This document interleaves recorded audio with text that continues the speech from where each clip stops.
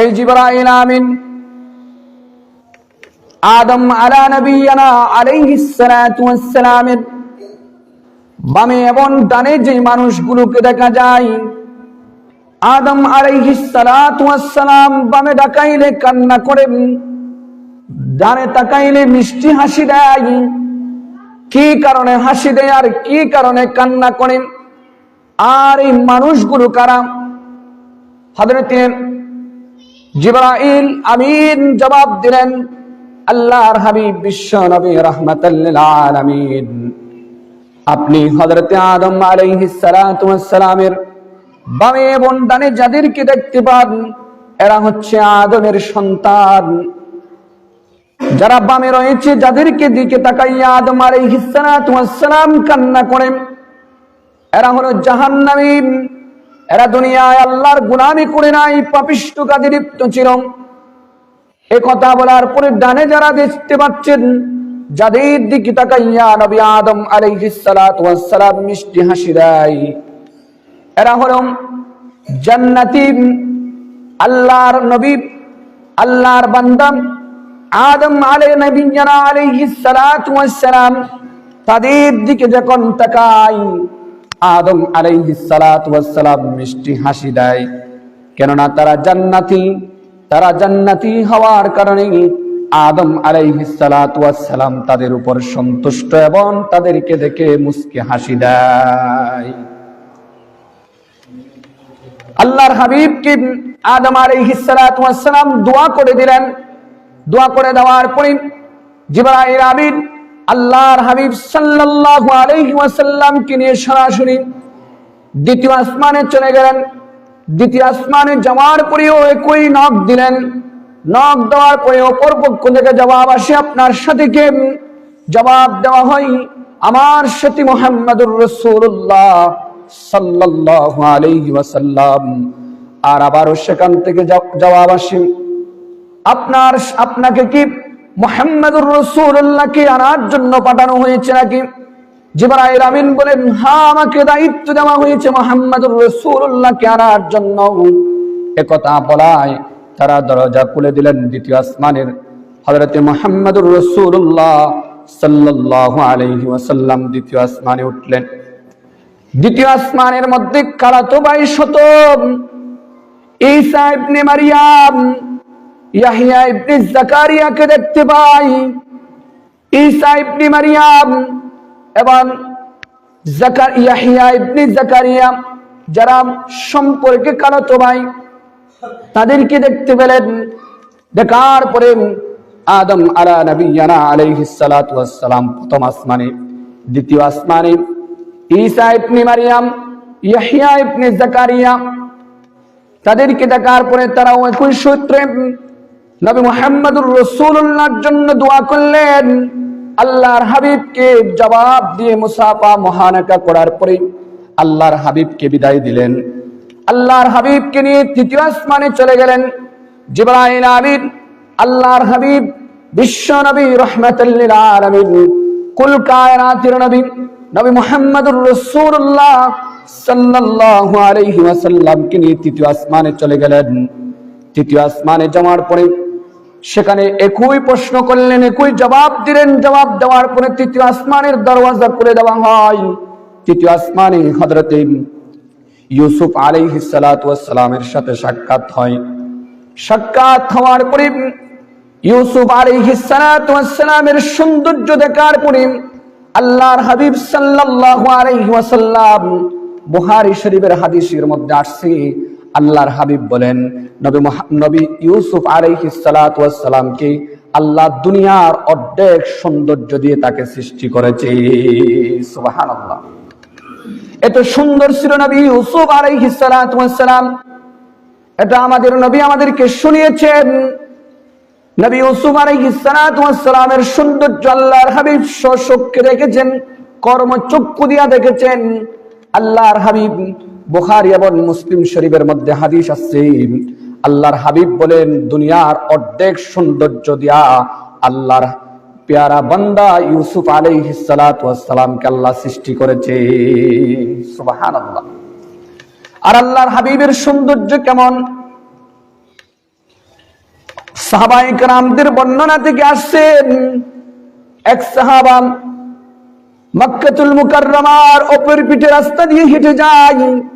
তিনি বলেন, আমি হঠাৎ করে চিৎকার দিয়া বলি, হে সাহাবায়ে কেরামের দল, আজকের সূর্যটা জমিনে নয়, আজকের চাঁদটা আসমানে নয়, আজকের চাঁদটা জমিনে চলে আসছে। চিৎকারের সময়ে 200 সাহাবা জমায়েত হয়ে গেলেন, ঐক্যবদ্ধ হয়ে গেলেন। বললেন, কি বলো, চাঁদ আসমানে নাই, জমিনে চলে আসছেন, এটা কিরকম কথা?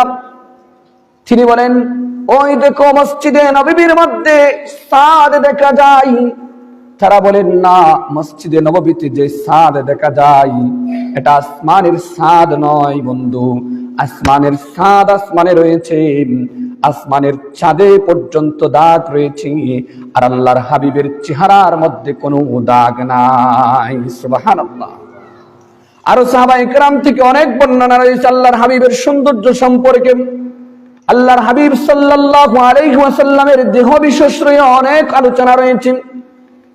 সিরাত গ্রন্থওয়ালা বলেন, আল্লাহর হাবিবের সেইতে সৌন্দর্য, আমার হাবিবের সেইতে সৌন্দর্য দিয়া আল্লাহ রাব্বুল আলামিন জমিনে কাউকে প্রেরণ করে নাই। কিন্তু ইউসুফ আলাইহিস সালাতু ওয়াস সালাম হলেন জমিনের আল্লাহর হাবিবের পরে দ্বিতীয় সুন্দর।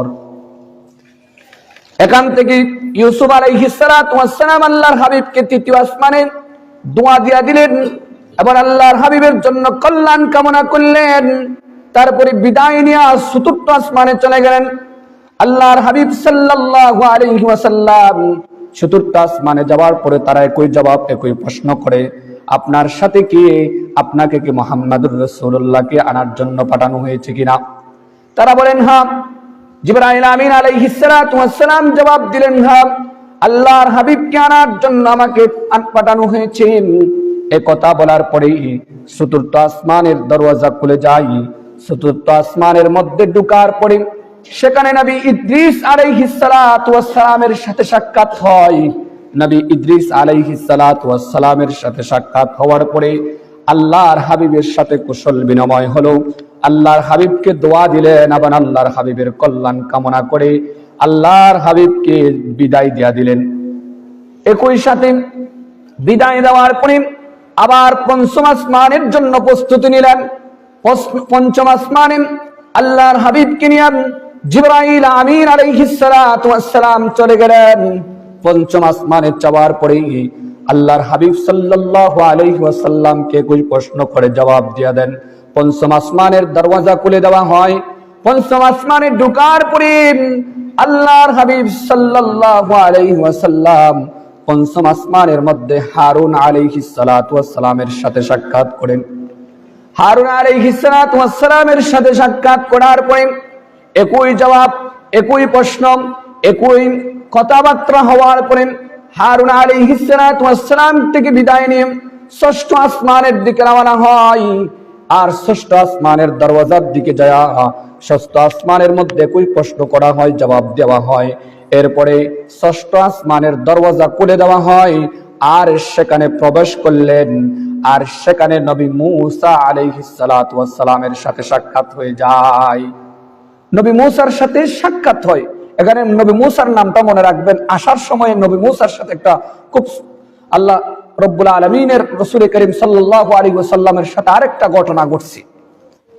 নবী মূসার সাথেও একই কুশল বিনিময়ের পরে নবী মূসা আলাইহিস সালাতু ওয়াস সালাম থেকে বিদায় নেওয়ার পরে হযরত মুহাম্মদুর রাসূলুল্লাহ সাল্লাল্লাহু আলাইহি ওয়াসাল্লাম ষষ্ঠ আসমান থেকে বিদায় নেওয়ার পরে সপ্তম আসমানের দিকে রওনা করলেন। সপ্তম আসমানের মধ্যে দরজার মধ্যে যাওয়ার পরে একই প্রশ্ন, একই জবাব দেওয়ার পরে দরওয়াজা খুলে দেওয়া হয়। সপ্তম আসমানের মধ্যে ওঠার পরে আল্লাহর হাবিব সাল্লাল্লাহু আলাইহি ওয়াসাল্লাম দেখেন বাইতুল মামুর মসজিদের পাশে বসে আছেন হযরতে ইব্রাহিম আলাইহিস সালাতু ওয়াস সালাম। ইব্রাহিম আলাইহিস সালাতু ওয়াস সালামের সাথে সাক্ষাৎ হয়। আর বাইতুল মামুর এটা হচ্ছে আমাদের বাইতুল্লাহ যেটা রয়েছে, বাইতুল্লাহর সোজাসুজি যেটা মসজিদ আছে আসমানের ষষ্ঠ আসমানে, তার উপরে আর কিছু আছে কি নাই, তার উপরে আর কি আছে সেটা কেউ জানে না। কোন ফেরেশতাদেরকে আল্লাহ রাব্বুল আলামিন কোন যদি শুনানি দেয়, সেই শুনানি তারা বাইতুল মামুর থেকে শুনে এর উপরে উঠতে পারে না। বাইতুল মামুর এর উপরে আর কি আছে এটা কেউ জানে না। বাইতুল মামুর পর্যন্ত যাওয়ার পরে ফেরেশতা থেমে গেল। নবী ইব্রাহিমের সাথে কথা হলো, আল্লাহর হাবিব সাল্লাল্লাহু আলাইহি ওয়াসাল্লামের কথা হওয়ার পরে নবী ইব্রাহিম আলাইহিস সালাতু ওয়াস সালাম তাকে বিদায় দিলেন। আর আল্লাহর হাবিব সাল্লাল্লাহু আলাইহি ওয়াসাল্লাম সরাসরি আল্লাহর আরশে এবং আল্লাহর দিদারের জন্য চলে গেলেন। সুবহানাল্লাহ। এটা ছিল মিরাজের প্রকৃত ঘটনা। এটা মিরাজের প্রকৃত ঘটনা হচ্ছে এটা। আল্লাহর হাবিব সাল্লাল্লাহু আলাইহি ওয়াসাল্লাম আল্লাহর দিদার পর্যন্ত গেছে এবং আল্লাহকে দেখছেন, সরাসরি দেখছেন কিনা, পর্দা দিয়ে দেখছেন, এটা নিয়ে ইখতিলাফ আছে, এটা আমি বলবো না। আল্লাহর সরাসরি বসছে আল্লাহর সাথে, নূরের পর্দা দিয়া দেখছে নাকি সরাসরি দেখছে, এটা নিয়ে ইখতিলাফ আছে, এটা বলবো না।